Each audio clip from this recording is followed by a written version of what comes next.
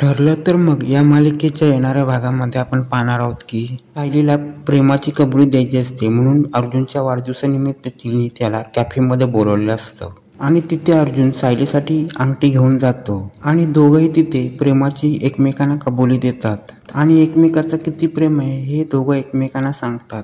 आणि तेवढ्यात अर्जुनला फोन येतो आणि घरी लवकरात लवकर ये असं सांगितलं जातं. आणि त्यावेळेला अर्जुन आणि सायली घरी आलेले असतात आणि तेव्हा तिथे कल्पनाला एक बातमी कळलेली असते. अर्जुन आणि सायली घरात ना याचा फायदा घेऊन प्रिया संपूर्ण घर तपासत असते. प्रियाला कपाटाच्या काही चाव्या सापडतात आणि त्यातली एका ड्रॉवरची चावी अर्जुनकडे असते आणि एक चावी त्या ड्रॉवरला लागते, ज्या ड्रॉवरमध्ये अर्जुनने कॉन्ट्रॅक्ट मॅरेजचे पेपर जपून ठेवलेले असतात.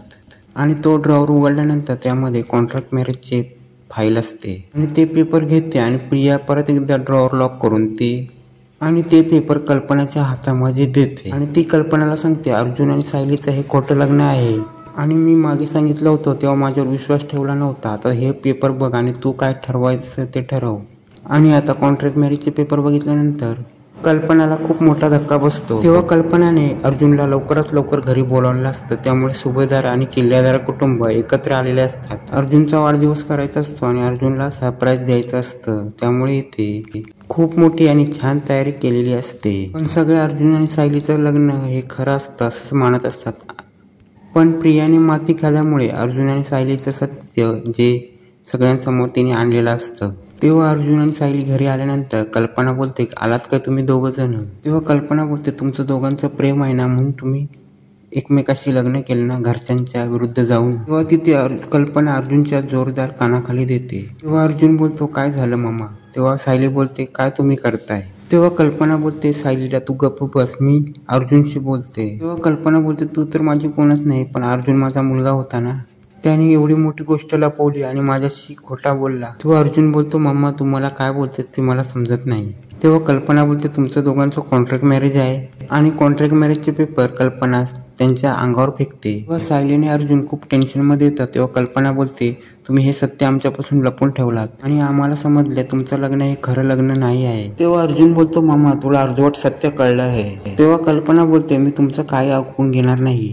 तेव्हा कल्पना काही ऐकून घेत नाही. तेव्हा पूर्णाजी बोलते तुम्ही हे दोघं काय बोलतात ते ऐकून तरी घे. तेव्हा अर्जुन कल्पना बोलतो तुला खरंच वाटतं की आमचं दोघांचं कॉन्ट्रॅक्ट मॅरेज आहे, पण हे पूर्ण तुला सत्य समजलं नाही, पण आमचं खरंच एकमेकांवर खरंच प्रेम आहे आणि आम्ही एकमेकांना दोघांना एक प्रपोज पण केला आहे. आणि तुला खोटं वाटत असेल तू चैतन्यला विचार. तेव्हा चैतन्य बोलतो खरोखर एकमेकांचा अर्जुन आणि सायलीचा प्रेम आहे आणि एकमेकांवर खूप प्रेम आहे मावशी, मी शपथ घेऊन सांगतो. तरी सुद्धा कल्पना एकमेकाच्या कोणावर विश्वास ठेवायला तयार नसते. तेव्हा अर्जुन बोलतो आमचा कॉन्ट्रॅक्ट मॅरेज असला तरी पण आमचं आता खरोखर एकमेकांवर प्रेम आहे. तेव्हा अर्जुन बोलतो आजच आम्ही एकमेकांना प्रेमाची कबुली दिली आणि तिने सुद्धा. तरी पण कल्पना इथे दोघांचा ऐकून विश्वास ठेवायला तयार नसते. अर्जुन बोलतो ह्या पेपराच्या तुकड्यांवर तू विश्वास ठेवू नको, पण हे कागदाचे तुकडे आहेत, पण मी शपथ घेऊन सांगतोय ना माझं आणि सायलीचं एकमेकांवर खूप प्रेम आहे. तेव्हा अर्जुन बोलतो कल्पना तुझा विश्वास नसेल तर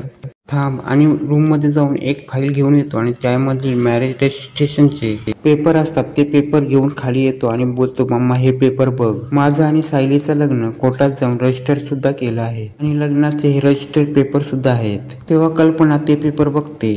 तेव्हा अर्जुन बोलतो कल्पनाला त्या पेपरांवर विश्वास ठेवू नको, पण ह्या पेपरांवर विश्वास ठेव. पण तेव्हा परिस्थिती वेगळी होती म्हणून आम्ही कॉन्ट्रॅक्ट मॅरेज केलं.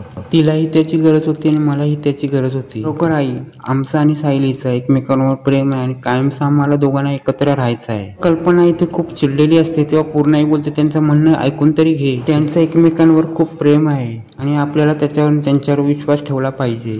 तेव्हा अर्जुन कल्पनाला बोलतो तू आमचं कॉन्ट्रॅक्ट मॅरेज बघितलं पण आमचं प्रेम तू बघितलंच नाहीस आणि आमचं लग्न रजिस्टर सुद्धा केलं आहे आणि त्याचे पेपर सुद्धा आहेत, आता तरी विश्वास ठेव. आणि आता सगळे पुरावे दाखवल्यानंतर हे सिद्ध झालं असतं की अर्जुन आणि सायलीचं एकमेकावर प्रेम आहे आणि म्हणून त्यांनी लग्न त्यांचं रजिस्टर केलं आहे. तेव्हा अर्जुन बोलतो बघ सायलीच्या बोटावर मी आजच अंगठी घातली आहे आणि माझं प्रेम मी व्यक्त केलं आहे. तेव्हा इथे अर्जुनने आपली बाजू पटवून दिलेली असते. तेव्हा इथे अर्जुन आणि सायलीने प्रेमाची कबुली देत आणि पुन्हा एकदा प्रियाचा प्लॅन फ्लॉप केलेला असतो आणि तिला तोंडावर पाडलेला असतो, कारण मॅरेज रजिस्ट्रेशनचे पेपर सुद्धा दाखवलेले असतात आणि कायद्याने देखील नवरा बायको आहोत हे त्यांना पटवून दिलेलं असतं.